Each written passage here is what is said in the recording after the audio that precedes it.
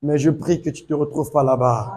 Parce que la manière que je te vois, c'est comme si tu es le candidat ou la candidate officielle de l'enfer, du lieu de tourment. Mais si tu es la candidate ou le candidat, je t'annonce, suivre Dieu, ce n'est pas seulement le bonheur. Suivre Dieu aussi, c'est le moment de l'épreuve. Quand l'épreuve viendra, il faut être fort. Ça prouve que tu as été assidu sur les fondements. Ce n'est que la tempête qui veut te faire tomber. Mais ceux qui sont assidus dans les fondements qu'on appelle Jésus-Christ, le roc, ne tombera pas malgré la tempête. Parce que la tempête peut venir, mais il y a un temps où la tempête va se calmer. C'est ce que les gens ne savent pas. Si toi tu le sais, tu peux acclamer ce Dieu.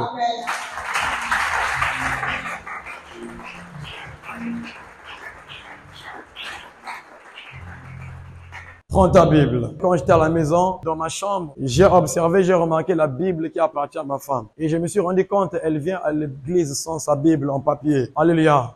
C'est là où j'ai compris pourquoi elles sont loin de la parole de Dieu, mais près de TikTok, Wi-Fi. Je me demande si nous formons des chrétiens ou nous formons des Tintins. Parce que les autres ne sont pas des chrétiens, ce sont des crétins. Un crétin est à l'image du Tintin.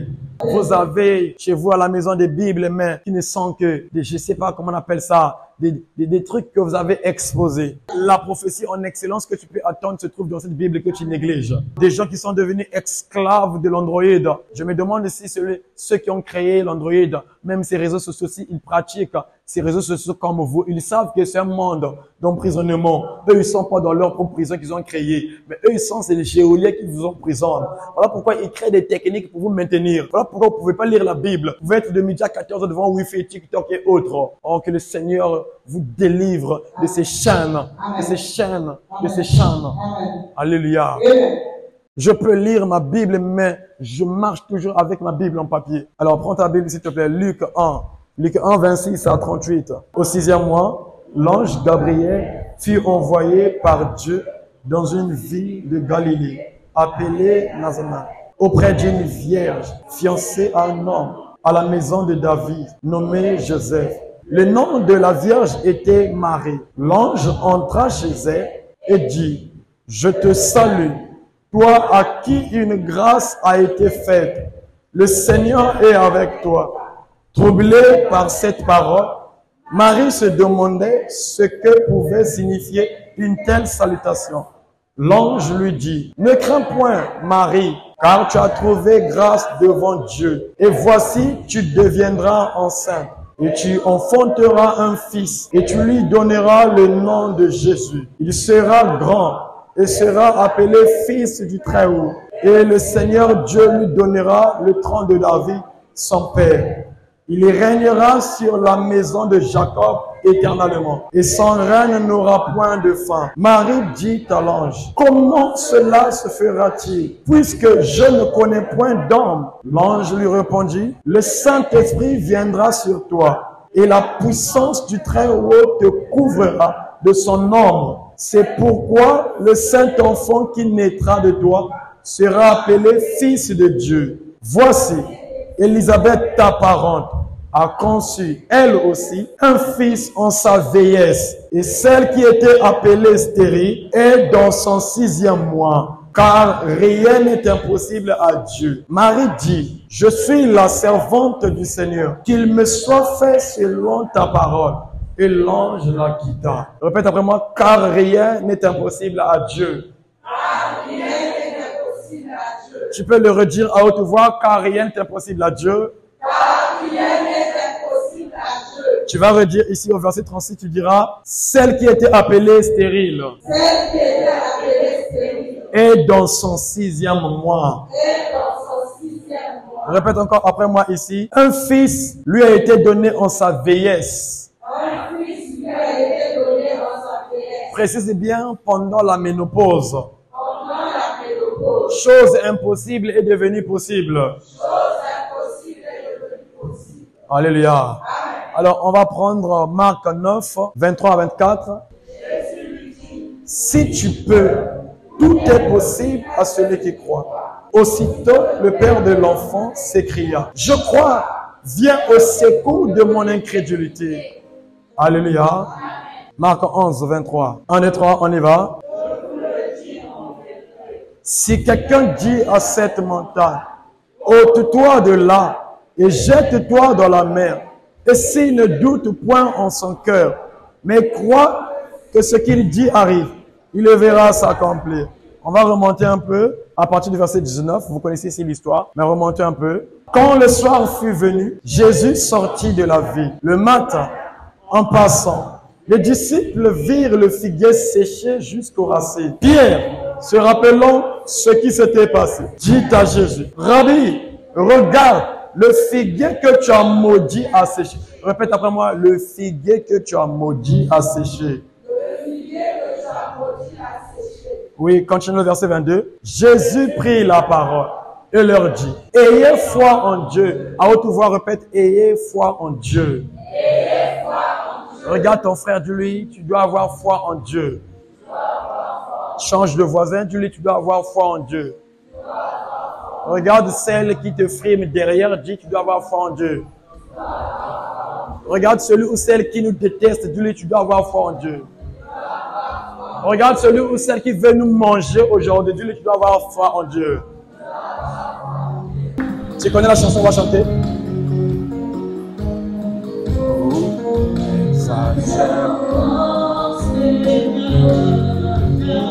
Voilà, vas-y. Exagère encore, Seigneur. Exagère encore, Seigneur. Laisse-moi te parler d'un bon message. J'étais en prière, en retraite, le vendredi. Chaque vendredi, comme d'habitude. Quelque part enfermé dans une maison où j'ai donné ordre. Je rentre à 9h. Venez me sortir de là à 18h parce qu'il fallait que je puisse encore prier avec cette famille. J'ai passé un bon moment en retraite, riche en révélations. Le thème que je vais enseigner, prêcher ce matin m'est venu de ce moment de retraite. Alors que quelqu'un peut se dire, Seigneur, que ce thème, ce message soit esprit et vie.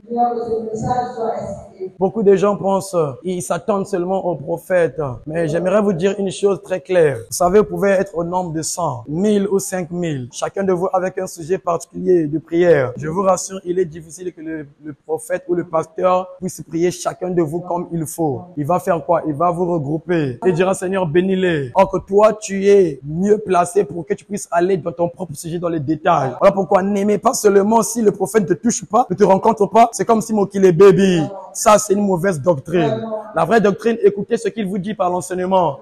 Après, allez-y les pratiquer à la maison. Le juste vivra par la foi. J'ai toujours dit à une personne, comment expliquez-vous une communauté où il y a 500 personnes, 300 personnes? Comment le pasteur peut rencontrer plus de 300 personnes? Il y a des gens qui n'ont jamais rencontré le pasteur. Alléluia. Mais vous voulez à chaque fois qu'on vous rencontre, le jour qu'on vous rencontre pas, vous sortez frustré. C'est pas un bon esprit. Alléluia. Alléluia. Alléluia. C'est une question de grâce. Alléluia. Alléluia. Notre thème est intitulé « Tout est possible ». Regarde ton frère, dis voisin, tout est possible. Regarde l'autre, dis-lui voisin, tout est possible. Tout est possible. Le monde de possibilités, le monde de tout est possible, c'est le monde de la foi. Parce que sans la foi, il est impossible. Toi, ta foi, c'est dans les hommes de Dieu. Voilà pourquoi même si on peut prier, mais si un homme de Dieu ne te touche pas, c'est comme s'il ne s'est rien passé. Dis-lui, regarde-lui, fixe ton regard, dis-lui, il te faut la foi pour vivre les choses de la possibilité. Est-ce que je parle à un peuple? Est-ce que c'est le peuple de Dieu? Amen. Ou le peuple du diable? Si c'est le peuple de Dieu, dis Amen à haute voix. Il y a des gens qui commencent à revenir à la vie. La foi est le centre. La foi est le fondement de toute possibilité. Les choses possibles ne peuvent pas s'accomplir si tu écartes de ta vie la foi. Dis-le bien, la foi c'est le commencement de toutes choses. Dis encore bien, la foi c'est la fin de toutes choses. C'est là où les gens qui viennent de perdre leur mari, le boulot ou sa fille, quand ils sont fondés sur cette foi dont je te parle, qui est Jésus-Christ, cette tempête-là finira par passer et le rocher va produire encore. La foi, c'est le fondement. Si tu n'es pas fondé dans la doctrine qui t'annonce que, attention, la tempête viendra, afin que tu sois solide, tu tomberas. Alors, tu seras à l'église, mais croyant que tu es sur les fondements, alors que tu es assis sur les sables. Quand le vent viendra, il va emporter et le sable et toi-même. Je connais une sœur, pendant que j'arrive, je vois la sœur en train de vendre. Je sais ce qui lui arrive. Je comprends qu'elle est maintenant fragile. Je refuse d'être un prédicateur qui te dira seulement, viens à Jésus, tu vas pas rencontrer la faim, tu vas pas rencontrer les tempêtes. Je te dirai, viens à Jésus, malgré les tempêtes, il pourvoira. Amen. Voilà pourquoi toi, tu mérites que tu sois béni. Amen. Que tu puisses avoir les finances, amen, les millions et les milliards. Amen. Les millions et les milliards qui ne vont pas te garer, amen, mais qui va te permettre d'aider le corps de Christ. Yes. Si c'est pour cela, alors reçois cela. Amen. Et quand tu vas t'occuper des œuvres de Dieu, alors occupe-toi aussi de toi-même et de ta famille. Amen. Dis Dieu d'abord. Même si c'est ton argent, c'est Dieu d'abord. Parce que c'est Dieu qui t'a donné ça. Amen. Parce que si Dieu décide que tu meurs aujourd'hui, tes milliards vont rester. Donc respecte Dieu. Alléluia. Amen. Beaucoup sont riches, mais pas pour Dieu. Et leur richesse est bizarre. Alléluia. Il y a des gens, on leur impose, ne donne pas 10 000 à ta propre maman, à un tel. Au point où la maman demande, elle appelle sa femme, donne d'abord ma maman 10 000. Et il ne peut pas donner ça lui-même directement. Ils ou elles sont dangereux. Alléluia. Si quelqu'un n'arrive pas à te partager, il ne faut pas te lamenter ou à kabakater. Tu ne sais pas. Alléluia. Parfois Dieu t'épargne. Il y a des gens, si tu donnes quelque chose, ils t'achètent. Que Dieu vous délivre de ça. Alléluia. La foi est le fondement. C'est le domaine de toute possibilité. Tu veux vivre le tout est possible, il te faut la foi. Voilà pourquoi vous allez remarquer, on va beaucoup plus parler de la foi. Maman Charlène, rappelle-nous le terme de ce matin. C'est quel terme, maman Charlène? Tout est possible. Mais vous allez remarquer, on va beaucoup plus se pencher sur la foi. On ne parlera pas beaucoup plus du thème. Parce qu'on a dit, sans la foi, il est impossible de vivre le tout est possible. Tu vas remarquer, on va beaucoup plus parler de la foi. Mais ne dis pas que on est sur notre thème. Non, on vous a dit, le thème est tout est possible. C'est le pendant, le monde de toute possibilité. Tu ne peux pas séparer la foi. La foi est le centre de tout est possible. Et la foi, c'est Jésus-Christ. On m'a raconté une histoire hier. J'ai vu le monsieur moi-même hier. On me dit, tu vois le monsieur là, il avait fait voyager son professeur. Je ne sais pas si c'était les États-Unis ou la France. Sa maman avait les moyens et c'est son propre fils qui gérait les moyens. Je ne sais pas par quelle magie, quel envoûtement. Le professeur lui dit, donne-moi 3 millions. Je pars d'abord en France. Je pars voir le terrain. Après, toi, tu viens. Un professeur qui n'est pas dans sa famille, rencontré seulement dans son parcours. Alléluia. Cursus scolaire. Et par quel envoûtement, par quelle magie, il fait voyager le professeur. Et il attend que le professeur puisse l'appeler parce que lui, il est allé voir le terrain. C'est comme ça le professeur est parti sans suite favorable jusqu'à aujourd'hui. Donc, quand ce temps passe, tout le monde ne fait que lui pointer du doigt. Regarder cet homme, regardez. C'est un Tintin. Alléluia. Donc, il a fait confiance en qui? En professeur. Mais le professeur a trahi sa confiance. Regarde ta sœur, dit, ta foi ne peut pas être sur le prophète, mais à Dieu. Parce que le prophète peut dire, je vais jeûner pour toi, mais ce jour-là, il jeûne pour sa femme. Est-ce que j'ai parlé à une personne? Amen. Voilà pourquoi vous qui êtes des adorateurs de prophètes, des pasteurs, c'est une malédiction. Un homme de Dieu doit vous monter Dieu et non sa personne. Amen. Je n'ai pas dit qu'on ne peut pas se voir. Mais seulement, je suis un homme qui peut être fatigué. Si je dis, bon là, s'il vous plaît, je vais me reposer, tu ne sois pas frustré. Ne dis pas que non, tu aimes les autres, tu m'aimes pas. Ça, c'est pas digne de toi. Dis-toi que s'il ne me voit pas, on se rencontre pas, il ne prie pas pour ma situation, le message de la foi qui m'a enseigné me poussera à prier dans une dimension sans doute. Et Dieu agira. Mais si tu penses seulement, il faut seulement qu'il me touche, tu mourras un jour comme ça. Parce que le niveau de ta foi est 0. Il y a seulement des personnes qui s'accrochent à la foi de l'homme de Dieu. Bien-aimé, l'Éternel a reparti une foi dans chacun de nous. En dehors de la foi qui est dans chacun de nous, il y a aussi la foi dans. Alors, si ta foi est faible, commence à aspirer aux choses les meilleures. Demande de la foi dans. Vous savez, même le Seigneur, il a produit des miracles à Bartimée en s'appuyant par sa propre foi. Mais ma soeur, mon frère, où est ta foi? 1 fois 0 donne combien? S'il n'y a que moi qui ai la foi, toi tu as 0, ça va produire quoi? Quelle équation? Acclame Dieu pour l'équation. Ça veut dire que pour que nous puissions multiplier des choses, 1 fois 2, ça nous donne combien? Et j'ai la foi, tu as la foi, ça nous donne 2.